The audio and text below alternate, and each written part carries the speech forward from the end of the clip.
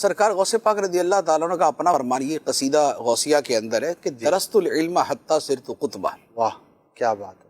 میں علم پڑھتا رہا، میں علم پڑھاتا رہا حتیٰ کہ قطب بن گیا. واہ کیا بات ہے. دراسہ پڑھنا بھی ہوتا ہے، دراسہ پڑھانا بھی ہوتا ہے، درس لینا بھی ہوتا ہے، درس دینا بھی ہوتا ہے.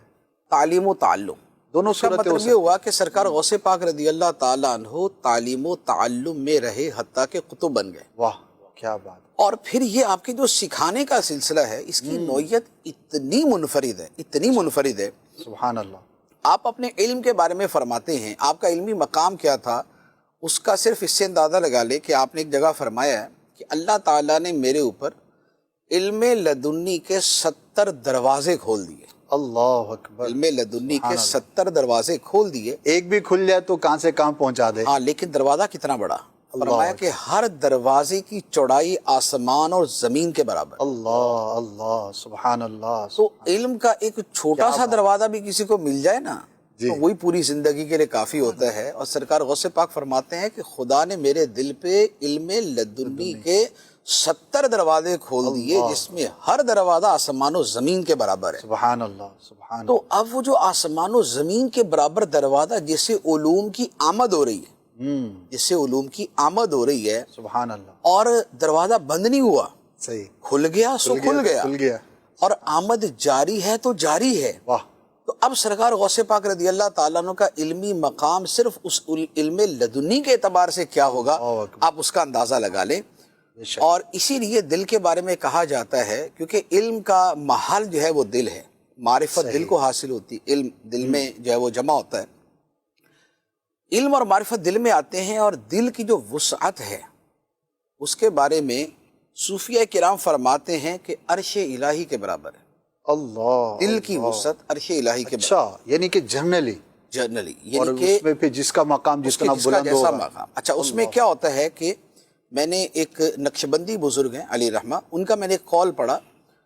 انہوں نے فرمایا کہ 7 آسمان اور 7 زمینیں اور عرش و کرسی جی یہ میرے دل کے اندر کسی کونے میں ایسے پڑے ہوئے ہیں کہ جیسے صحرا کے اندر کوئی انگوٹھی پڑی ہوئی. اللہ اللہ اتنی وسعت. خدا نے دل کو ایسا بنایا ہے. دل کی جو کائنات ہے نا سبحان اللہ اس کی تو انتہا نہیں ہے. ہم اس کو پوری طرح جانتے اور سمجھتے بھی نہیں ہیں. اس پہ پورا سلسلہ کرنا پڑے گا. یہ دل کے عجائبات یہ پوری دنیا ہے. تو اب سرکار غوث پاک رضی اللہ تعالیٰ عنہ کے قلب اطہر پر علم کے 70 دروازے کھلے اور ہر دروازہ آسمان و زمین کے برابر، اور ہر دروازے سے علوم کے دریا امڑتے آ رہے، بہتے آ رہے. تو آپ کا مقام و مرتبہ کیا ہوگا؟ یہ ہے علم لدنی اور علم باطن.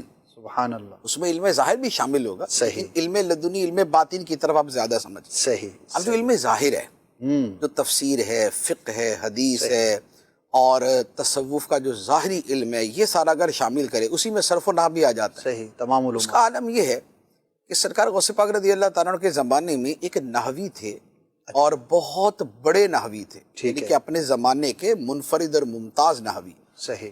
علم نحو عربی گرامر. بے شک. تو ایک مرتبہ وہ سرکار غوث پاک کی بارگاہ میں نہیں آتے تھے، آپ کے جلسے کے اندر جس میں آپ بیان فرماتے تھے نا اس میں نہیں آتے تھے. وہ کہتے یار کیا کرنا جا کے. اچھا. تو ایک مرتبہ ایسے دل میں آیا کہ چلو یار چلے ہی جاتے ہیں. آ گئے. صحیح. اب جب آ کے تقریر سنی نا تو تقریر سن کے کہنے لگے افسوس یار آج کا دن تو ضائع ہو گیا. آج کا دن تو ضائع ہو گیا.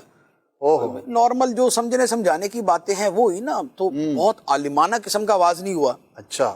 کیونکہ سرکار غوث پاک تو عوام کو مخاطب کرتے ہیں نا، تو عوام میں اب 10,000 20,000 40,000 25,000 ہے. تو اب ان کو کیا نحو پڑھائے اور کیا ان کو صرف پڑھائے؟ ان کو تو اللہ رسول کے خوف خدا کی بات اسی طرح کی کرنی ہوتی. بالکل. اب وہ جو نحوی تھے انہوں نے کہا یار آج کا دن تو ضائع ہو گیا. اچھا. اب وہ نحوی کہتے ہیں کہ جیسے میرے دل میں یہ خیال آیا، سرکار غوث پاک نے منبر سے میرا نام لے کے مجھے کہا تر میرے پاس آ کے بیٹھ، پھر تجھے بتاتے ہیں نحو کیا ہوتی ہے. اللہ اللہ. تجھے نحو کے اندر سیبوے کے برابر بنا دیں گے. اللہ اکبر. سیبوے جو ہے جو علم نحو کا امام ہے، تجھے اس کے برابر بنا دیں گے، تو آ کے بیٹھ. تو اللہ اکبر. یہ نحوی کہتے ہیں کہ میں نے تو فوراً توبہ کی، یا اللہ میری توبہ، میں دل میں کیا گمان کر رہا تھا اور کیا گمان لے کے آیا.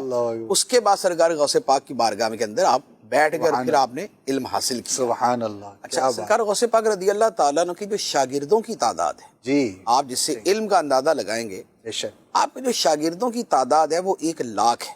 1,00,000 شاگرد. آپ کے طلبہ کی تعداد 1,00,000 ہے. اور اس زمانے میں جب کہ آبادیاں اتنی زیادہ نہیں تھیں.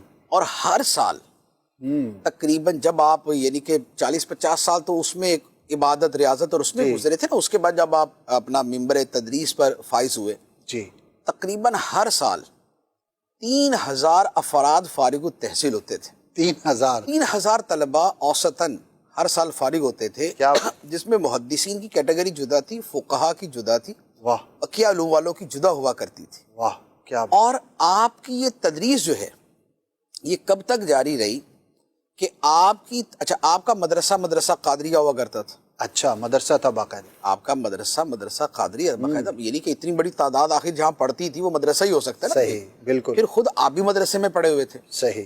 اچھا اب آپ نے کب تک تدریس کی؟ آپ کی جو عمر مبارک ہے وہ 90 سال سے اوپر ہے. جی 90 سال سے بھی آپ کی ماشاءاللہ آپ نے زیادہ عمر پائی, ظاہری حیات.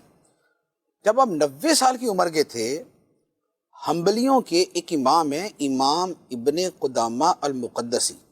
اچھا حنبلی فقہا کے بہت بڑے فقی پائے کے عالم, اور ان کے ائمہ میں آپ کا شمار ہوتا ہے.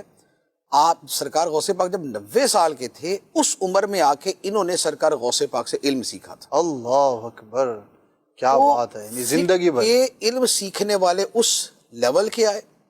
حدیث والے اپنے اعتبار سے آتے تھے, تفسیر والے اپنے اعتبار سے آتے تھے. فقہ کے اندر یہ ہوتا تھا کہ شرق و غرب کے اندر فقہ حنبلی اور فقہ شافعی کے اوپر آپ فتوے دیا کرتے تھے. اچھا دو فقہ کے اوپر آپ فتوے دیا کرتے تھے. پھر نحو کا تو آپ نے جی آپ نے نا کہ وہ تو علوم عالیہ میں سے جی کہ جو تیسری کیٹیگری بنتی نا کہ علم معرفت اور پھر علم ظاہر میں علوم اصلیہ اور علوم عالیہ یعنی فرعیہ وہ بنتی, اس میں چلے جاتے. اچھا اسی طرح علم الکلام, عقیدے کا علم. عقیدے کے علم میں شیخ شہاب الدین سہروردی رحمۃ اللہ علیہ جو سلسلہ سہروردیہ کے پیشوا ہیں بے شک, یہ فرماتے ہیں کہ مجھے علم الکلام عقیدے کا علم پڑھنے کا بڑا شوق تھا. میرے چچا ایک مرتبہ مجھے سرکار غوث پاک کی بارگاہ میں لے گئے اور جا کے فرمایا کہ یہ میرا بیٹا جو ہے یہ علم الکلام میں لگا رہتا ہے اور یہ دوسرے علوم کی طرف توجہ نہیں دیتا. صحیح. تو سرکار غوث پاک رضی اللہ تعالیٰ انہوں نے سینے سے لگایا اور لگا کے جب ان کو ہٹایا تو جو علم الکلام تھا وہ سارا محو ہو چکا تھا. اللہ اکبر. یعنی جو پڑھا تھا سارا ختم مٹ گیا. اب ان کے دل میں بڑی ایک افسردگی ہوئی کہ بھئی اتنی محنت سے اتنی کتابیں پڑھی, یاد کی اور علم حاصل کیا اور یہ سارا ہی جاتا رہا. سرکار غوث پاک نے دوبارہ جب سینے سے لگایا تو پھر جو علم کا دریا منتقل کیا اور جو ان کے قلب کو روشن کیا اور آج تک جاری ہے. علم العقائد اور کیا اس میں علم تصوف اور کیا چیزیں ہیں, تو وہ ان کی کتابیں پڑھ کے اور ان کے ملفوظات پڑھ کے دیکھ لے پتہ چل جاتا.